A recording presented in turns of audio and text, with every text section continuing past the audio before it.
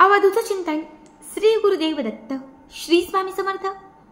नमस्कार भक्तांनो, बघा उद्या 26 ऑगस्ट 2025 वार मंगळवार। उद्या 26 तारखेला आलेली आहे भाद्रपद महिन्यातील तृतीया। भाद्रपद तृतीयेला आपण हरतालिका तृतीया असे म्हणतो। प्रत्येक वर्षी गणेश चतुर्थीच्या आधी आपण हरतालिकेचे व्रत धरतो।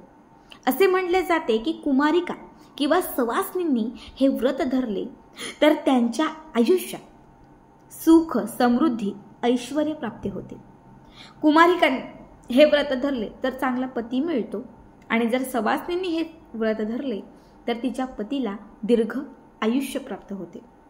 हे व्रत महादेव, माता पार्वती, माता गौरी यांची पूजा करण्यासाठी, यांची कृपा प्राप्त करून घेण्यासाठी हे व्रत बघा अत्यंत प्रभावी मानले जाते।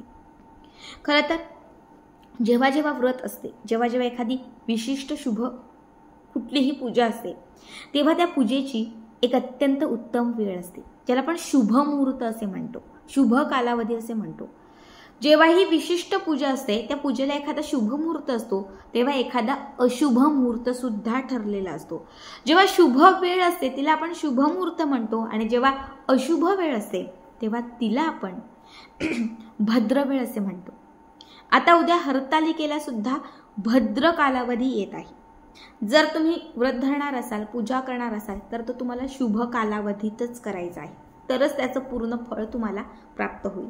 अशुभ वेळेत व्रत केलं किंवा जर तुम्ही अशुभ वेळेत पूजा केली तर ते व्रत तुमचं जे आहे ते निष्फळ ठरेल, त्याचं पूर्ण फळ जे आहे ते तुम्हाला प्राप्त होणार नाही। उद्याच्या दिवशी कुठल्या चुका टाळायच्या आहेत, उद्याच्या दिवशी कुठल्या गोष्टी करायच्या आहेत, याबद्दल सविस्तर माहिती मी तुम्हाला आज या व्हिडिओमध्ये सांगणार आहे। फक्त त्यासाठी व्हिडिओ स्किप न करता शेवटपर्यंत बघा। आता सगळ्यात पहिली गोष्ट म्हणजे हे व्रत कुणीही धरू शकते। अगदी विधवा महिलांना धरण्याची इच्छा असेल तुम्ही सुद्धा करा, कारण कुठलीही गोष्ट मनापासून केल्याने किंवा किती आपण श्रद्धेने करतो, किती आत्मीयतेने करतो ते महत्त्वाचं आहे। फक्त एवढंच की जेव्हा सवासीन स्त्रिया हे व्रत धरतात आणि पूजा करतात तेव्हा त्याचा फायदा त्यांच्या पतीला होतो। जेव्हा कुमारिका हे व्रत धरतात तेव्हा तिच्या इच्छा पूर्ण होतात, तिला चांगला पती लाभतो। तर जेव्हा विधवा स्त्रिया हे व्रत धरतात तेव्हा तिच्या कुटुंबात सौख्य नांदते। कुणीही हे व्रत करू शकतं, पण मला जेवढं माहिती आहे की पूजा ज्या आहे, या व्रताची जी पूजा आहे तर ती पूजा सवासनी आणि कुमारिकाच करतात। आता सगळ्यात पहिले लक्षात ठेवा की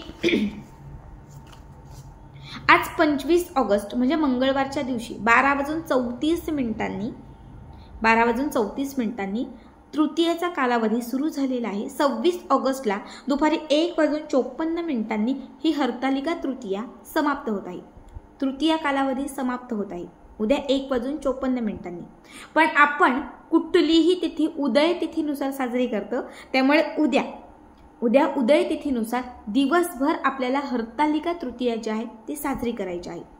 आता बघा सकाळी 5:56 मिनिटांनी, सकाळी 5:56 मिनिटांनी ते 8:31 मिनिटांपर्यंत, 5:56 पासून 8:31 पर्यंतचा जो कालावधी आहे तो अत्यंत शुभ आहे। काही महिलांचं असं असतं किंवा काही स्त्रियांचं असं असतं की आम्हाला शुभच मुहूर्त पाहिजे, त्याच वेळात पूजा करणार, तर त्यांनी बरोबर पहाटे 5:56 म्हणजे 6 पासून ते 8:30 पर्यंत, 6 पासून 8:30 पर्यंत या वेळात पूजा करायची आहे।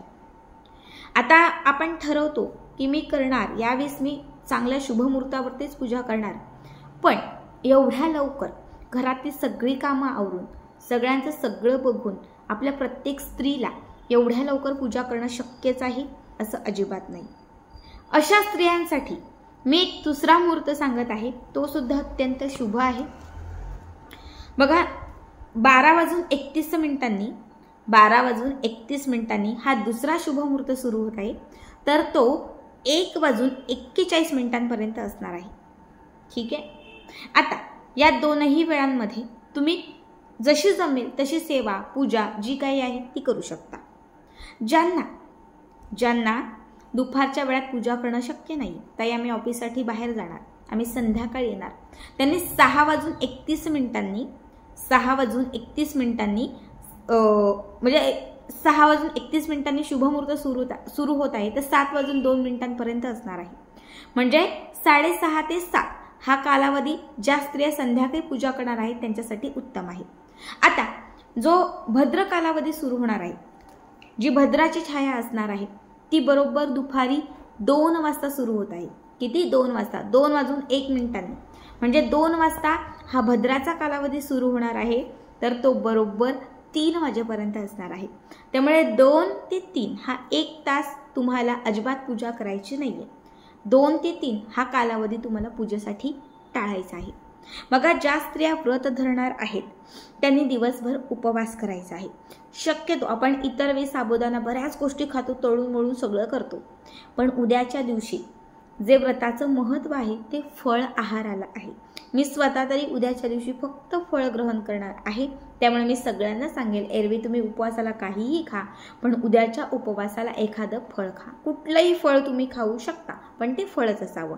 दिवसभर उपवास करायचा आहे, रात्री सुद्धा हा उपवास असाच ठेवायचा आहे. दुसऱ्या दिवशी गणेश चतुर्थीच्या दिवशी आपल्या आजूबाजूला घरात कुठेही गणपती बाप्पांची मूर्ती जिथे स्थापन करणार असतील ती मूर्ती स्थापन झाली की त्याच्यानंतर गणपतींचं शक्य असेल तर सकाळी जाऊन छान दर्शन घ्या. गणपती बाप्पांची स्थापना झाली, दर्शन झालं की त्याच्यानंतर तो उपवास सोडा. या पद्धतीने, या वेळात आणि अशा रीतीने जर तुम्ही व्रत धरलं तर संपूर्ण व्रताचं जे फळ आहे ते फळ तुम्हाला लाभेल.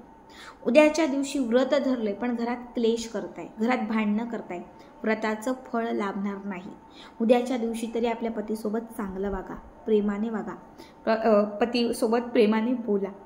कारण उद्याच्या दिवशी जेवढं तुम्ही चांगलं घरामध्ये वागाल, जेवढी सकारात्मकता घरात आणाल, तेवढी सकारात्मकता आयुष्यभर तुमच्या घरामध्ये स्थिर होईल. बघा, आता असं कुणी नसेल की जे घरामध्ये मद्यपान करेल किंवा मांसाहार करेल, कारण सगळ्यांनाच हरतालिका व्रताचं महत्त्व माहिती आहे. पण चुकूनही तुमच्या घरात कुणी हट्ट करत असेल, आग्रह करत असेल की नाही मला मांसाहार आहे, तर त्या दिवशी चुकूनही मांसाहार करू नका.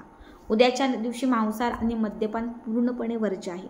बाकीच्या ज्या काही गोष्टी आहेत त्या गोष्टी तुम्ही करू शकता. बघा, सांगितलेल्या वेळेवरच पूजा तुम्हाला करायची आहे.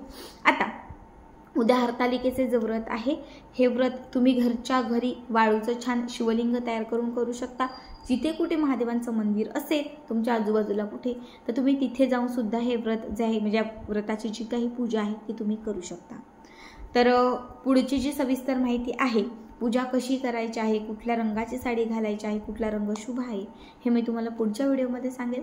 तोपर्यंत धन्यवाद. श्री स्वामी समर्थ.